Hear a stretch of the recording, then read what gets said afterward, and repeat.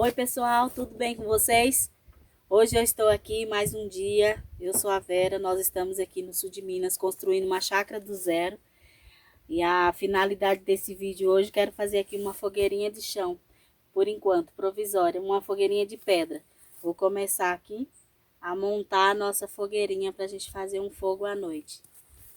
Também quero mostrar para vocês, olha só que pedra linda que nós encontramos. Olha só que lindeza. Já viram isso? Um coração de pedra. Tô até pensando de lavar ela, deixar ela em algum lugar, porque eu achei ela tão linda. Olha que maravilha, queria mostrar para vocês. Então bora lá. Vamos na massa.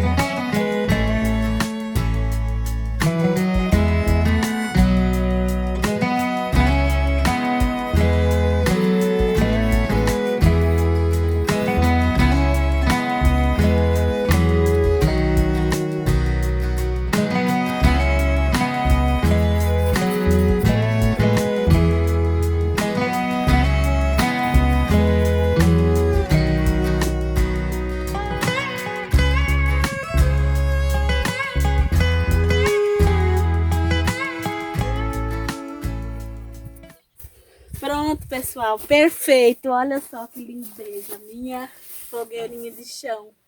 Só falta acender agora. Espero que vocês tenham gostado. Para quem tá na chácara e tem bastante pedra em volta. E aí se você faz um fogo assim, fica melhor, porque na hora que você acender aqui não vai queimar os pés. Não fica queimando os pés. Então a gente senta aqui de volta de noite, acende o foguinho, deixar meu coração de pedra aqui, como uma decoração. E é isso. Sejam todos bem-vindos ao meu cantinho. Agradeço a todos, Deus abençoe, gratidão. Se inscreva, compartilha, comenta, deixa aí seu comentário, que eu fico muito feliz. Deus abençoe a todos e até um próximo vídeo, se Deus assim nos permitir.